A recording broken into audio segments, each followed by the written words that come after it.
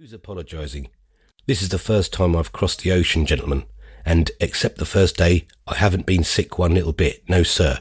He brought down his fist with a triumphant bang, wetted his finger, and went on counting the bills. Oh, you're a high-grade machine with the writing in plain sight, the Philadelphian yawned. You'll blossom into a credit to your country if you don't take care. I know it. I'm an American. First, last, and all the time. I'll show 'em that when I strike Europe. Piff.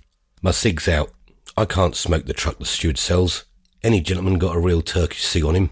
The chief engineer entered for a moment, red, smiling, and wet. Say, Mac, cried Harvey cheerfully, how are we hitting it? Very much in the ordinary way, was the grave reply. The young are as polite as ever to their elders, and their elders are e'en trying to appreciate it. A low chuckle came from a corner. The German opened his cigar case and handed a skinny black cigar to Harvey.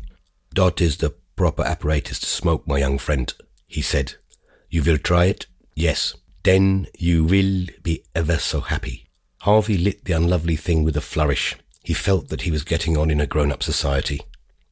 It would take more than this to kill me over, he said, ignorant that he was lighting that terrible article, a wheeling stogie. Dot we shall presently see, said the German. Where are we now, Mr. Macdonald? Just there or thereabouts, Mr. Schaefer, said the engineer. We'll be on the Grand Bank tonight, but in a general way of speaking, we're all among the fishing fleet now.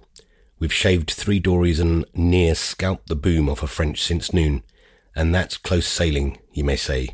You like my cigar, hey? The German asked, for Harvey's eyes were full of tears. Fine, full flavour, he answered through shut teeth. Guess we've showed down a little, haven't we? I'll skip out and see what the log says. I might if I was you, said the German. Harvey staggered over the wet decks to the nearest rail. He was very unhappy, but he saw the deck steward lashing chairs together, and, since he had boasted before the man that he was never seasick, his pride made him go aft to the second saloon deck at the stern, which was finished in turtle back. The deck was deserted, and he crawled to the extreme end of it, near the flagpole. There he doubled up in limp agony, for the wheeling stogie joined with the surgeon jar of the screw to sieve out his soul. His head swelled, sparks of fire danced before his eyes, his body seemed to lose weight, while his heels wavered in the breeze. He was fainting from seasickness, and a roll of the ship tilted him over the rail onto the smooth lip of the turtleback. Then a low, grey mother wave swung out of the fog, tucked Harvey under one arm, so to speak, and pulled him off and away to leeward. The great green closed over him, and he went quietly to sleep. He was roused by the sound of a dinner horn such as they used to blow at a summer school he had once attended in the Adirondacks. Slowly he remembered that he was Harvey Chain, drowned and dead in mid-ocean, but was too weak to fit things together. A new smell filled his nostrils. Wet and clammy chills ran down his back, and he was helplessly full of salt water. When he opened his eyes, he perceived that he was still on top of the sea, for it was running round him in silver-coloured hills, and he was lying on a pile of half-dead fish, looking at a broad human back, clothed in a blue jersey.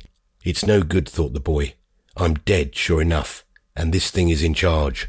He groaned, and the figure turned its head, showing a pair of little gold rings half hidden in curly black hair. Aha! You feel some pretty well now, it said. Lie still so. We trim better.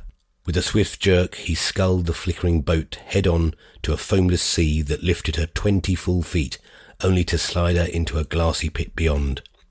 But this mountain climbing did not interrupt Blue Jersey's talk. Fine good job, I say, that I catch you. Eh, what? Better good job, I say. Your boat not catch me. How come you fall out? I was sick, said Harvey. Sick, and couldn't help it. Just in time I blow my horn, and your boat she yaw a little. Then I see you come all down. Eh, what? I think you are cut into baits by the screw, but you drift to me, and I make a big fish of you, so you shall not die this time. Where am I? Said Harvey, who could not see that life was particularly safe where he lay. You're with me in the dory. Manuel is my name, and I come from schooner We're Here of Gloucester. I live to Gloucester.